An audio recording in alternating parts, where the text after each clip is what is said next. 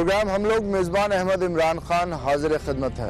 ख़वातीन व हज़रात, ज़मीन के नक्शे पे हमारी हैसियत दुनिया की पहली एटमी इस्लामी ताकत की सी है। हमारा नाम है इस्लामी जमहूरिया पाकिस्तान। ना तो हम इस्लामी हैं और ना ही बदकिस्मती से जमहूरी। हमारा मुआशरा मनफी सोचों का एक ऐसा मुरक्कब बन चुका है जिसके अंदर से अब शदीद गलीज बदबू आनी शुरू हो गई है। एक ऐसा मुआशरा जिसके अंदर इंसानी अनसेटिस्फाइड ख्वाहिशें हवस की शक्ल इख्तियार कर चुकी हैं और ये हवस हमें निगलती जा रही है। मेरे बैकग्राउंड में आप मस्जिद देख रहे हैं। मोइन अहमद, वो 6 साल का बच्चा, आज वो हम में नहीं है। 12 रबीउल अव्वल से एक दिन पहले उस बच्चे की, मोइन अहमद की हैंड डेड बॉडी इसी मस्जिद के अहाते से बरामद हुई। मोइन अहमद का बाप मोहम्मद यासीन उसके लिए 2 वक्त की रोटी, दूध, स्कूल की किताबें, यूटिलिटी बिल्स इनका बंदोबस्त करता या अपने बेटे को गार्ड करता। ये 2 पहलू हैं जो कि आज के प्रोग्राम में हम आपके सामने रखेंगे और इन सवालात के जवाब तलाश करने की कोशिश करेंगे। लेकिन प्रोग्राम का आगाज करने से पहले आपके सामने एक सवाल रखना चाह रहा हूँ। इस मुल्क की, इस सोसाइटी में क्या आपके और मेरे, हम लोगों के बच्चे ज्यादा महफूज हैं या इस अहाते में खेलते हुए और बंधे हुए जानवर के बच्चे जो कि फितरत ने जो उनको बचपन का टाइम दिया उससे वो महजूज हो रहे हैं। खुदारा कोई तो हो जो उन बच्चों के, उन मासूम फूलों के मुस्तकबिल का फैसला करे, उनकी हिफाजत की जिम्मेदारी अपने कांधों पर उठाए, अपने आप को सिर्फ खिताबों के अंदर ही बाप ना कहे, बाप बन के दिखाए भी इस कौम के मुस्तकबिल का।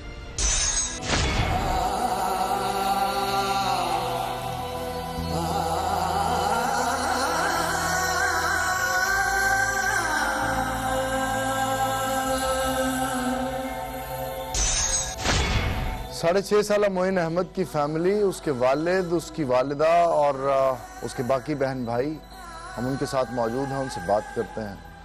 मोहम्मद यासीन साहब, बताइएगा कि आपका पेशा क्या है, कितने बच्चे हैं और मोइन आपके कौन से नंबर की औलाद थी? मोइन मेरा 6वें नंबर की औलाद है। वो छोटा बेटा है मेरा, उसके छोटा जो है वो दानियाल है। करते क्या हैं आप? मैं रंग सफेदी का काम करता हूँ। तो आपके जो बच्चे शादी जिनकी हो गई वो तो अपने अपने घरों को हो गए, मोइन अभी आप ही के साथ रह रहा था? हाँ जी, मेरे उसकी साथ। कफालत आप ही कर रहे थे? बिल्कुल बिल्कुल।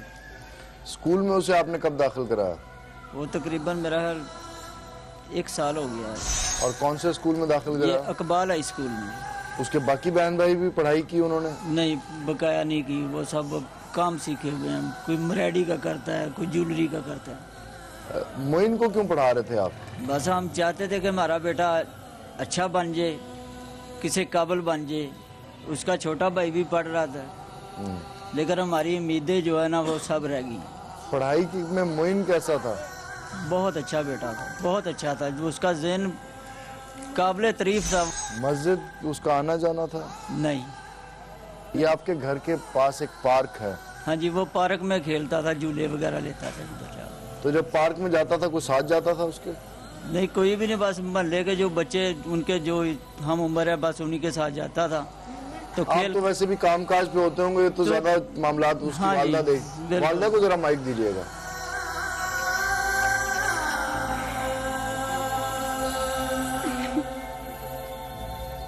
यकीनन आपका दुख ऐसा है कि इसका मदावा मुमकिन ही नहीं है। आपकी औलाद, आपका बेटा जो है कत्ल कर दिया गया। मुझे बताएं कि स्कूल कौन लेके जाता था? उसके वालिद लेके जाते थे या आप मोइन को स्कूल छोड़ के आती थी? पहले तो स्टार्टिंग में तो मैं छोड़ने जाती थी, तो बाद में ये हमारे पास ही है, वो खुद ही चले जाते थे दोनों भाई। दोनों भाई खुद ही चले जाते? जी। तो पढ़ाई वगैरह के मामलात उसके आप देखती थी? हाँ जी, बस अच्छा पढ़ रहा है। मैं टीचर से जाके पूछा, मैं बात की वगैरह, अच्छा पढ़ता है। ये नर्सरी क्लास में था अभी वो। मोइन घर से आने के बाद क्या उसके औकात किस तरह से, वक्त किस तरह गुजारता था? वो क्या क्या मसरूफियात? पहले वो 12 बजे उसको छुट्टी होती थी, तो घर आता था, थोड़ी देर घर में खेलता, गली में खेलता था। तो उधर भी 2:30 बजे वो जाता था सिपारा पढ़ने। सिपारा पढ़ने कहाँ जाता था? ये हमारे पड़ोसी हैं, ठीक है, लड़की के पास जाता था। ठीक है। तो उधर से आता था तो 2:30 3 बजे आता था, तो उधर चला जाता था, ट्यूशन चला जाता था उधर, फिर 5 बजे 5:30 वो घर आता था, फिर घर बैठ के टीवी लगा लेता, कार्टून देखता था। अगर कार्टून नहीं देखता था उसके दोस्तों के साथ बाहर अपनी गली में खेलता था। आपने कभी को आपको ख्याल आया कि गली में खेलता है, पार्क में खेलता है, खुदा ना खास्ता कोई हादसा उसके साथ हो सकता है, को जैसा हुआ? भाई देखिए, हम इतनी देर के इधर से रहने वाले, हमारा मोहल्ला बहुत अच्छा है, उसकी पैदाइश भी इसी गली की है, तो मुझे तो ऐसा कोई नहीं था कि किसी पे होता है शक। हमारे मोहल्लेदार इतने अच्छे हैं, मेरे बच्चों को पाला ही उन लोगों ने, इतना प्यार दिया। मोइन जब घर आता था तो शरारतें वगैरह किस तरह करता था? जैसे उसके वालिद ने कहा कि शरारतों में वो बहुत तेज था।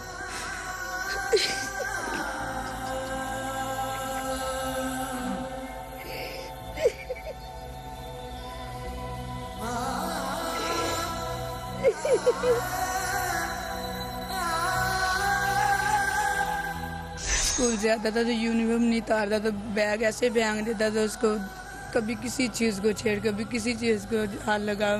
मैंने कहा ना मोइन आप क्यों ऐसे कर रहे? अच्छा अच्छा मम्मा अब नहीं करता, अब नहीं करता।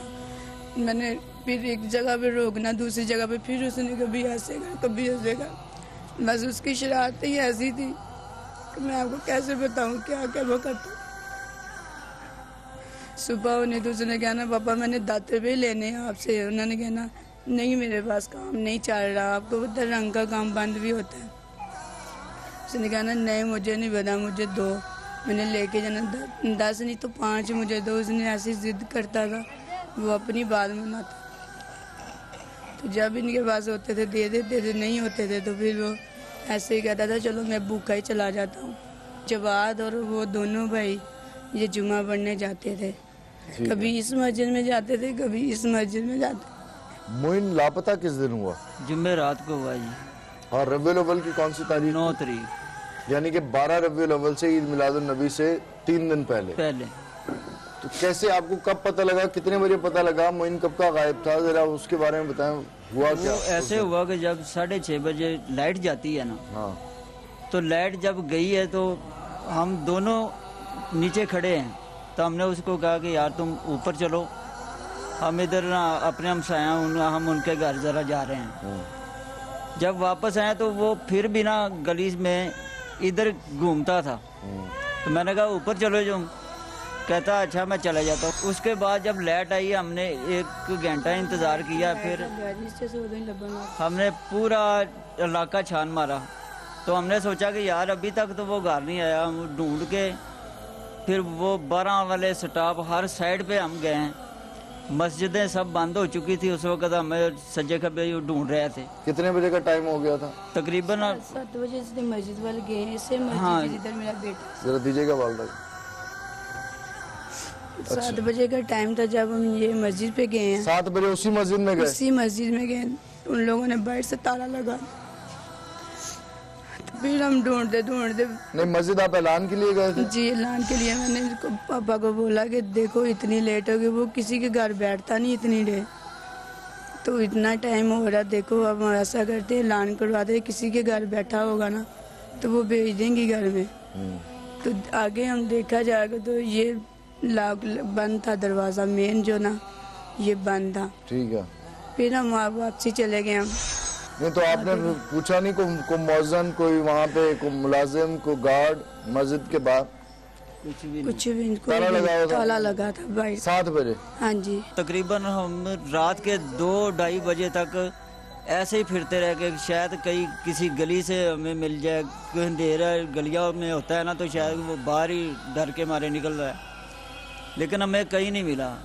फिर सुबह जब हुई है तो मैंने इस मस्जिद में गया हूँ, उसमें नमाज पढ़ के ऐलान करवाया। अगले दिन जुमा था? अगले दिन जुमा था। फजर की नमाज के बाद कि जुमे की नमाज के बाद? फजर की नमाज के बाद। तो जब ऐलान इधर हुआ उसके बाद हम उस मस्जिद में गए, उस मस्जिद में जो ऐलान करवाया, फिर हम जितनी पर्चियाँ थी उसकी डुप्लीकेट करवा के जितनी मस्जिदें हैं इस इलाके की सब की तरफ हमने जो ऐलान वगैरह करवा दे। मोइन का कैसे पता लगा कि मोइन को कत्ल कर दिया, ये इत्तला आप तक कैसे पहुंची? मोइन को ऐसा पता चला कि जब ये इधर आए हैं ना तो इनको फ़ोन आ गया कि इस मस्जिद में लाश लटकी हुई है उतले पोर्शन में। नीचे जुमा हो रहा है। पुलिस पहले आई मौका देखने के लिए, और जब मौका देखने के लिए आई तो साथ ही पुलिस को ये इत्तला भी मिल गई कि मस्जिद में डेड बॉडी है। हाँ जी, जो सफाई करने वाला होता है ना, हाँ। वो जुमे के जुमे उस हाल की सफाई करता है। ठीक है। उसने जब ताला खोला तो उसको एक लाश लटकी हुई अंदर से नजर आई। हाँ। उसने 12 बजे उसको कहा कि भाई साहब ये माजरा अंदर हुआ है। 12 बजे सदर ने फिर पुलिस को बताया, पुलिस फिर यहाँ पे मौका देखने के लिए आई, और पुलिस ने फिर आपको ये ब्रेकिंग न्यूज भी दी। हाँ जी। यहाँ पे मौका देखते देखते कि उधर मस्जिद में एक लाश मिली है। हाँ। जब कभी कभार हमारे घर में कुछ ऐसे हमारे हालात होते थे तो मुझे कहता था मामा आप क्यों रो रही हो, इधर बैठ के मेरी टांग पे, तो मुझे ऐसे से चुप कराता। 6 साल का बच्चा जी, मुझे कहता था मामा मैं फौजी बनूंगा ना, फिर मैं आपको इतने पैसे ला के दूंगा, फिर आप कपड़े भी नहीं लेना, जूते भी नहीं लेना, फिर हम इतने बड़े हो जाएंगे। बहुत बातें करता था वो। आपने सोचा था कि मस्जिद में एक मुसलमानों की इबादत गाह में आपका बेटे की मक्तल का बन जाएगी? भाई हमें पता होता तो हम उस तरफ जाने क्यों देते। उसी दिन जिस दिन वो गायब हुआ, मैंने धूप लगी है, मैंने उसको नहलाया है, मैंने कहा मोइन आप नहाए नहीं करके कपड़े पहन लो अच्छे। ये कहता मुझे सर्दी लग रही है, वो कहता मामा मुझे तो कुछ नहीं हो रहा। वो बहुत स्टाइल से बातें करता था।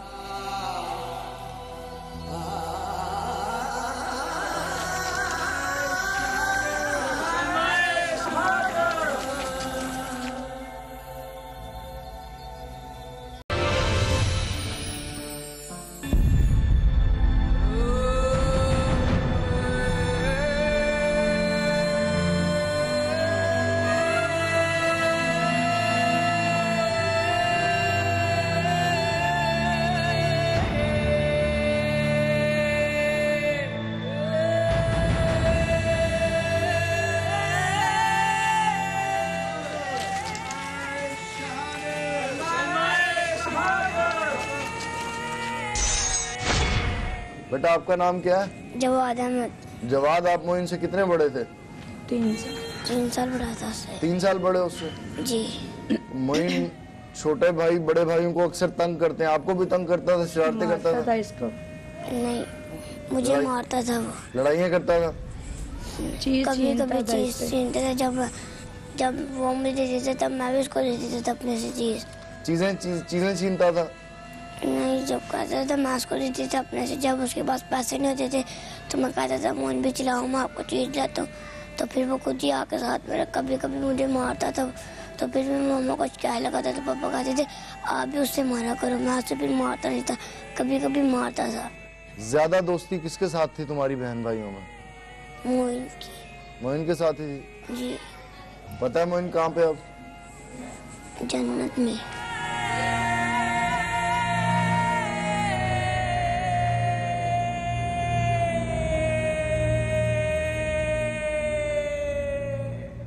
जन्नत में जुम्मे को फोत हुआ था ना, तो मुझे किसी ने बताया था जो सा जुम्मे को फोत होता है वो जन्नत में जाता है। मेरा भाई जब कह रहा था ना हॉस्पिटल से, तो तब उसकी जुबान बिल्कुल ब्लैक और राउंड भी हो गई थी, तो तब मुझे इतना रोना आया था, तो तब मैं लेट कर रो था, मेरी माँ इतनी रो रही थी।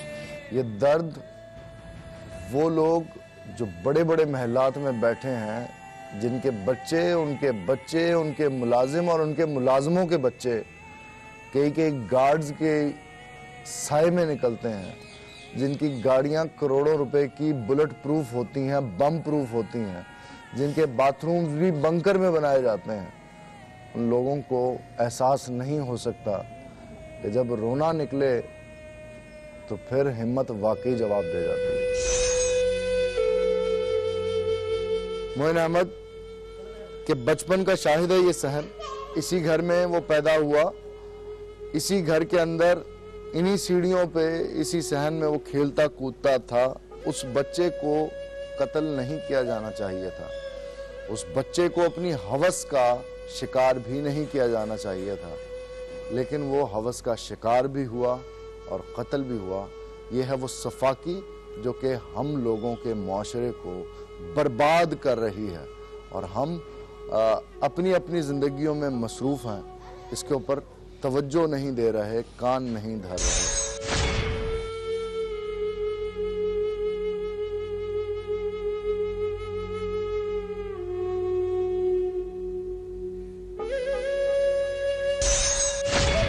जिस मस्जिद में मोइन अहमद को इज्तिमाई बदफेली के बाद कत्ल किया गया, उसी मस्जिद में नमाज पढ़ाने वाले आलिम एजाज अहमद भट्टी इस सारे के सारे मामले को किस नजर से देखते हैं, ये जानना आपके लिए भी इंतहाई जरूरी है। मस्जिद के अंदर ऐन उस जगह पे जहाँ पे लोग नमाज के लिए इकट्ठे होते हैं, उस जगह पे ये मकरूह एक्ट किया गया।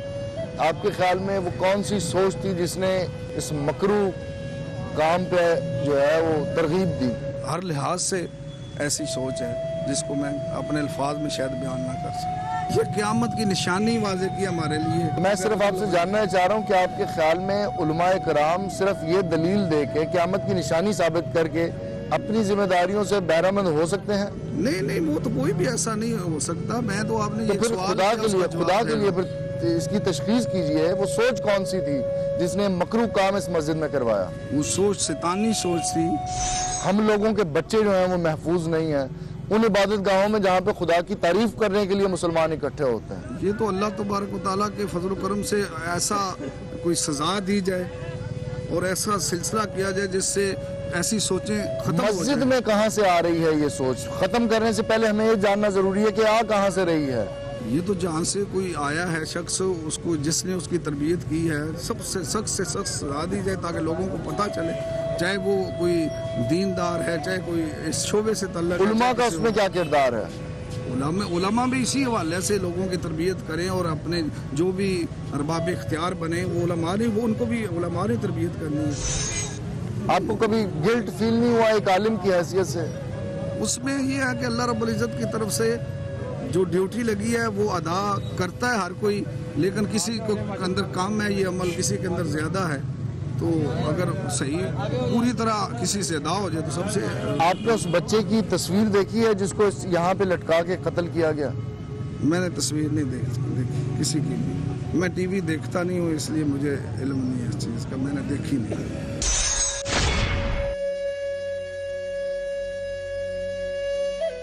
इसको मोइन अहमद की बदकिस्मती कही है कि हम लोगों की कि इसी मस्जिद में नमाज पढ़ाने वाले एजाज अहमद भट्टी मोइन अहमद केस से बेखबर थे। मुझे किसी ने बताया था जो उनका जुम्मे को फौत होता है वो जन्नत में जाता है। नाज़रीन, प्रोग्राम के अब तक के हिस्से में आपने देखा कि 6 साला बच्चे मोइन अहमद को किस तरह से अपनी हवस का निशाना बनाया गया और न सिर्फ मोइन अहमद बल्कि उसके पूरे ख़ानदान के ऊपर जो जुल्म का पहाड़ ढाया गया। मज़हब इस्लाम के अंदर इस मकरूह किरदार को किस तरह से ट्रीट किया जाना चाहिए, ये जानने के लिए हम मान पहुँचे हैं पाकिस्तान के जाने माने मजहबी स्कॉलर बिलाल कुतुब साहब के पास। उनसे बात करते हैं। बिलाल साहब, आपका बहुत शुक्रिया, आपकी मेहरबानी, आपकी टाइम दिया।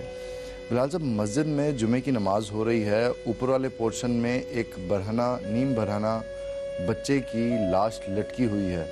इमाम साहब मस्जिद में खुतबा दे रहे हैं, पुलिस आके उन्हें बताती है कि ऊपर लाश है और वो कहते हैं कि जमात पहले होगी, नमाज पहले होगी, फिर हम कुछ और काम करेंगे। मैं इस बात पे बड़े ही अदब से कहता हूँ और मेरी जगह नहीं है ये कहने की, मैं अपनी बड़ी हिम्मत के साथ ये बात कह रहा हूँ कि वो शख्स जो कह रहा है कि नमाज पढ़नी है और ऊपर एक जान लटकी हुई है, मेरा सवाल है तमाम उलमा से इस पाकिस्तान के कि अगर उस मस्जिद के अंदर जमात के वक्त एक औरत आ जाती भीख मांगने तो मौलवी साहब मेंबर छोड़ के कहते कि पहले इस औरत को बाहर निकालो। अगर वहाँ पे कोई निजासत कर देता तो कहते कि पहले मस्जिद को धो फिर साफ करो। अल्लाह का रसूल कहता है कि जो एक जान है वो खाने काबा की हुर्मत से ज्यादा है।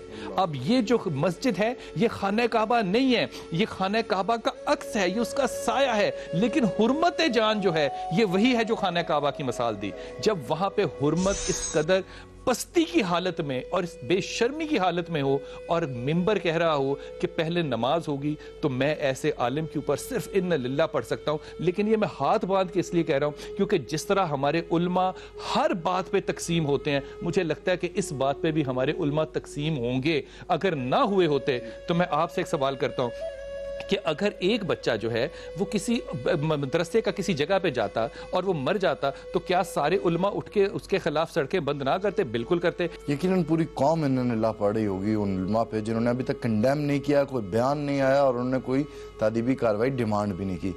मेंबर नाकाम हो गया। मिंबर सिर्फ नाकाम नहीं हुआ, मेरे ख्याल में इंतहाई बुरे तरीके से नाकाम हो गया। उसकी वजह यह कि मिंबर की निस्बत होती है रसूल से। मिंबर से दो आवाज़ें निकलती हैं, एक अखलाक की और एक तालीम की। अखलाक और किरदार की आवाज़ बिल्कुल नाकाम हो चुकी है। जो तालीम की निकल रही है, मैं बड़े अदब से कह रहा हूँ कि अच्छी बातें जो हैं वो बुरे लोग भी कर सकते हैं। मामला यह है कि आपने ये देखना है कि जो बात करने वाला है उसका रूट और उसकी अकल और उसकी दानिश जो है वो पनप कहाँ से रही है।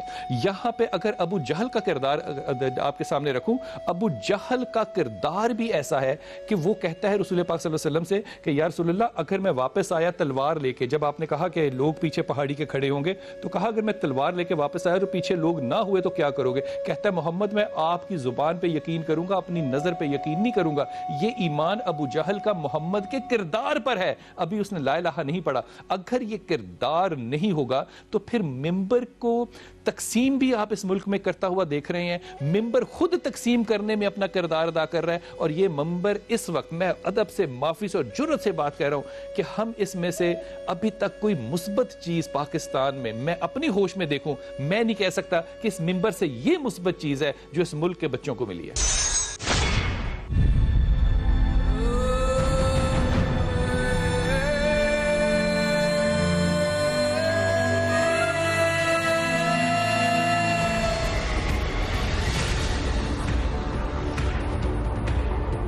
नाज़रीन, 6 साला मकतूल मोइन अहमद के केस के सिलसिले में बात करने के लिए हम मौजूद हैं पंजाब असम्बली के बाहर, जहां पे हमें ज्वाइन किया है पंजाब गवर्नमेंट के तर्जुमान ज़ईम कादरी ने। आप जैसे जो पब्लिक के नुमाइंदे हैं जो इलेक्ट होकर इस तरह के ऐवानों में आते हैं, क्या इस किस्म के वाक़यात जो अभी तक कोर्ट हुए, ये दोबारा जो पंजाब गवर्नमेंट में मुस्लिम लीग नून ने हुकूमत बनाई, इस ऐवान में कितनी दफ़ा इस किस्म के वाक़यात के ऊपर बहस हुई?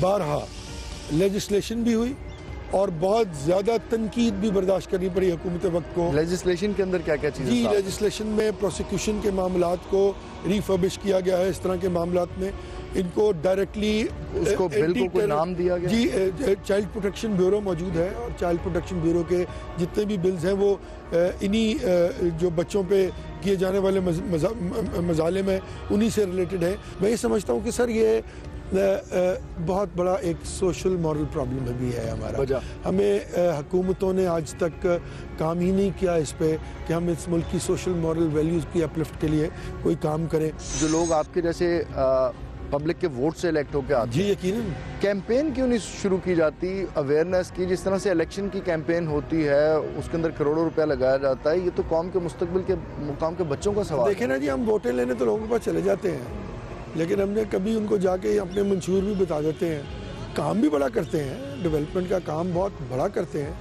लेकिन हुकूमत माजरत के साथ अपनी लिमिटेशंस को जो है वो जिसको कहते हैं पार करके इन कामों को ओनस नहीं दे पाई आज तक। आखिर में मुझे बता दीजिएगा, मोइन अहमद के कत्ल के ऊपर उसके बाद से पंजाब असम्बली का इजलास तो नहीं गालिबन हुआ, क्या ये नहीं ज़रूरी था कि इसके ऊपर एक इजलास बुलाया जाता, हुकूमत की एंक्शसनेस दिखाई जाती कि ऐसे एलिमेंट्स को वैसे ही इबरत हो जाती? यकीनन ये बड़ा अच्छा आपका पॉइंट है, होती है, लेकिन सबसे बड़ी डेटरेंस मेरे भाई जो है ना वो प्रॉम्प्ट सज़ा है।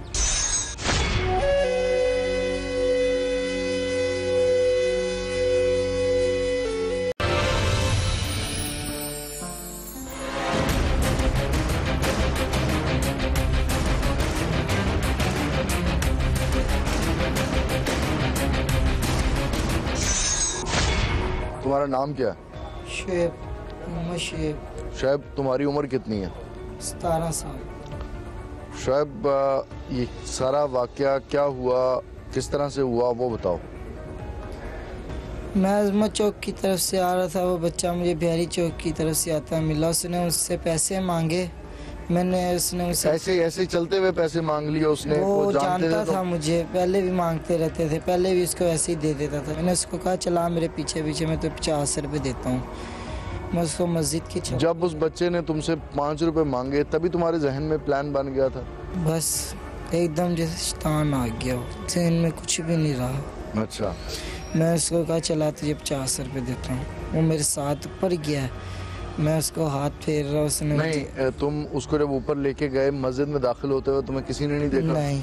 कितने लोग थे उस वक्त करीबन मस्जिद में? इशा की नमाज का टाइम था। इमाम साहब के कमरे के पास से मैं उसको ऊपर लेके गया, और मैंने उसको हाथ फेरने की कोशिश की, उसके साथ करने लगा तो वो एकदम बोला तेरे अब्बू को बताऊंगा। मैं डर गया, बहुत डर गया। मैंने उसको लात मार दी कहाँ पे? गर्दन के हिस्से में। वो बच्चा दोबारा उठा नहीं। मैं उसको कुंडी खोल के अंदर ले गया। अंदर जाके मैंने उसके दोबारा कुंडी लगा के उसके साथ बर्फेली की। साइड पे मस्जिद के बांस बंधे थे प्लास्टिक ढक के। मैंने उधर से वो रस्सी खोली, मैंने उसके गले में डाली और मैं एक सीढ़ी चढ़ता उसे खींच लेता, एक सीढ़ी चढ़ता फिर उसे खींच लेता था। मैंने पूरा ऊपर की तरफ चढ़ के लमका हुआ मैंने उसको बांध के उतर के मैं वैसे ही मैंने वापसी कुंडी लगाने की कोशिश की, लगी मुझसे। बच्चा तो तुम मार चुका था ना, जी तो जहन में ख्याल तो आ रहे होंगे ना? जी। क्या ख्याल थे वो? तू उनके बारे में क्या सोच रहा था उस वक्त? मैं सोच रहा था खुद ही बताऊंगा, खुद ही बता दूंगा। तुम इससे पहले भी तुम लड़कों के साथ बदफेली करते रहे हो? वो 2 नंबर थे। कब से कर रहे हो ये? 3 साल। जब तू गलती कर रहा था, जब तूने लात मारी, तब तुझे एहसास नहीं हो रहा था कि गलती हो रही है, बच्चा मर सकता, बच्चा मर ना गया हो, इसको मैं हॉस्पिटल ले जाऊं? बस उससे हम इतना डर था, इसने बता दिया ना किसी को भी। अब्बू को बताया कि इंतज़ामिया मस्जिद की सारी ये है। अब बाकी ज़िंदगी क्या तुम्हारी, क्या तुम समझते हो? तुम्हें ज़िंदा रखना चाहिए या तुम्हें मार देना चाहिए? क्योंकि तुम्हारे ऐसा इंसान तो बड़ा ख़तरनाक हो सकता है ना किसी के भी बच्चों के लिए। यहाँ पे इतने सारे लोग हैं, इनके बच्चे इनके घरों में रहते हैं, तुम तेरे जैसा दरिंदा जो होगा वो तो उनकी इज्जत के लिए भी ख़तरा है, उनकी जान के लिए भी ख़तरा है। तुझे लगता है तू बचेगा, अदालत से छूट जाएगा? पता नहीं। शुएब नामी 16 साल ये दरिंदा, इसने ऐसी दहशत की कि शायद पाकिस्तान के सारे दहशतगर्द अगर मिला लिए जाएं, इकट्ठे कर लिए जाएं, उनकी दहशतगर्दी एक तरफ, इस बदबख्त इंसान की दहशतगर्दी एक तरफ।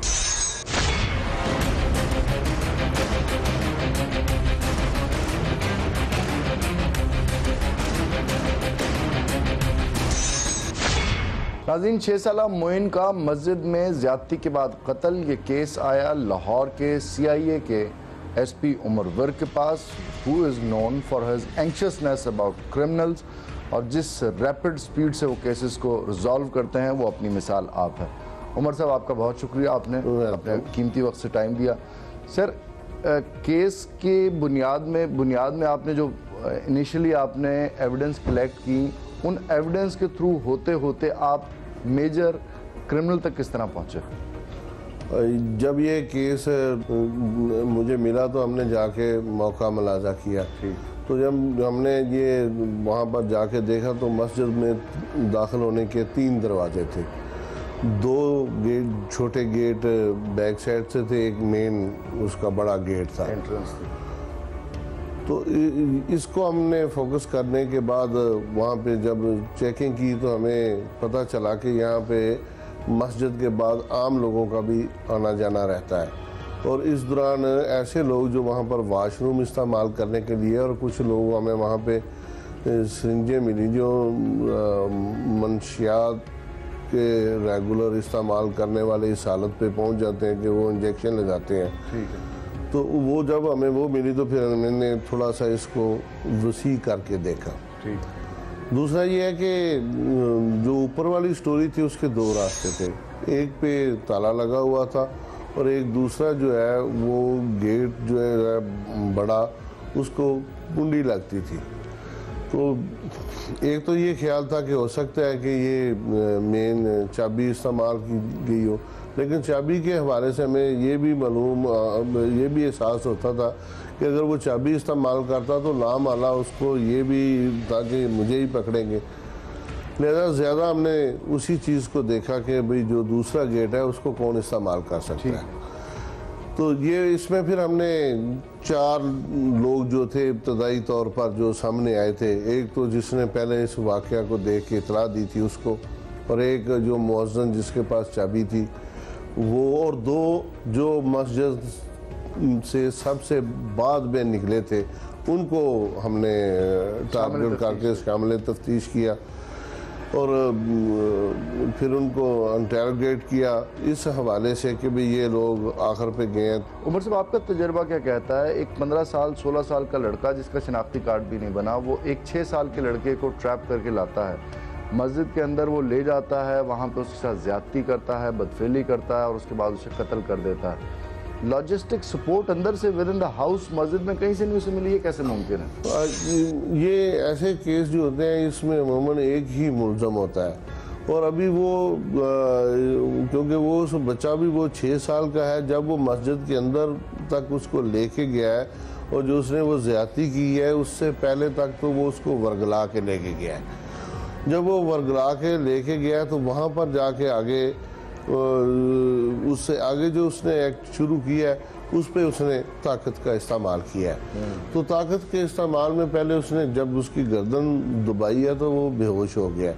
उसके बाद उसने वो जिस तरह उसको वो लेके गया है और जिस अंदाज के साथ उसको वो उसने बांध के ऊपर सीढ़ियों के साथ कहीं हाथ बांध दिया एक तरफ से और एक तरफ से गर्दन बांध दी है, तो ये लगता है कि ये उसने जिस तरह के उसने बताया भी है हमें कि ये उसने उसकी बेहोशी के दौरान किया है। तो क्योंकि लटकने की वजह से फिर उसकी डेथ यकीनी थी और उसका वज़न भी कम ही था, इतने वज़न के बंदे को उठाना उसके लिए ज़्यादा कोई मुश्किल नहीं। आखिर में मुझे इतना बता दीजिएगा, ये जो एक नाबालिग लड़का है जो इस हीनियस क्राइम में इन्वॉल्व है, कानून के मुताबिक अगर इसको मैक्सिमम सज़ा मिली तो कितनी मिल सकती है? जज साहबान जो है वो इस केस को देखेंगे तो 302 है, तो वो 302 और ये ज़्यादती वाला जो आंसर उसमें शामिल है जो DNA के ज़रिए साबित भी हो गया है, तो उसके बाद वो अगर देखते हैं तो वो तो उसमें वो किस हद तक अभी उसने शनाख्ती कार्ड वो तो अभी खुद ये इतनी एज उसको बता रहा है, उसमें वो कमी भी करेगा। तो इसका भी बाकायदा बोर्ड के ज़रिए भी हम अंदाज़ा लगवाएंगे कि इसकी ओरिजिनल एज कितनी है प्रायर टू। लेकिन वो वैसे तो उसमें जो जितनी भी चीज़ें सामने आई हैं वो तो बालग लोगों वाली हैं। बिल्कुल सही। Prior to we sum up this discussion, बिल्कुल आखिरी सवाल आपसे। हमारे सोर्सेज के मुताबिक पंजाब गवर्नमेंट के ऊपर उलमा कराम का बहुत प्रेशर था कि इस तरह से मौज़न वाला जो केस है इसके अंदर से मौज़न को एलिमिनेट करवाया जाए उसके अंदर से। और कल एक बड़ा सीनियर एक बड़ा अहम इजलास हुआ जिसके अंदर उलमा मशाइख भी शरीक हुए, वज़ीर आला भी शरीक हुए, और उस इजलास के फ़ौरन बाद out of the blue case all together तब्दील हो गया। इसके अंदर को रिलीजियस एलिमेंट्स और हुकूमत के ऊपर प्रेशर तो नहीं था? इसमें हुकूमत पर तो और हुकूमत पे अगर कोई प्रेशर हो तो वो पुलिस पे क्या प्रेशर होगा। दूसरा ये है कि ये तो DNA की रिपोर्ट भी आ गई है और जो आखिर में जो आप ये समझते हैं इससे वो क्या नतीजा वो क्या फ़ायदा हासिल करेंगे।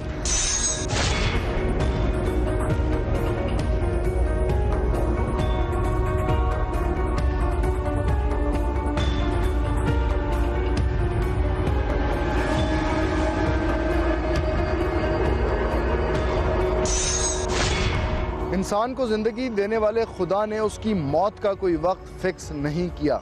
मोइन अहमद 6 साला मासूम बच्चे का वक्त भी आ गया था जो उसको मस्जिद में ले गया। लेकिन दर्द की बात यह है, कर्ब की बात यह है कि वो मस्जिद जहाँ पे मुसलमान इकट्ठे होकर अपने खुदा के सामने सजदा रेज़ होते हैं और अपने गुनाहों पे नदामत ज़ाहिर करते हैं, उस मस्जिद के अंदर मासूम 6 साला मोइन अहमद को अपनी जिनसी हवस का निशाना बनाया गया। और ये किसी और दूसरे तीसरे शख्स की वजह से नहीं बनाया गया।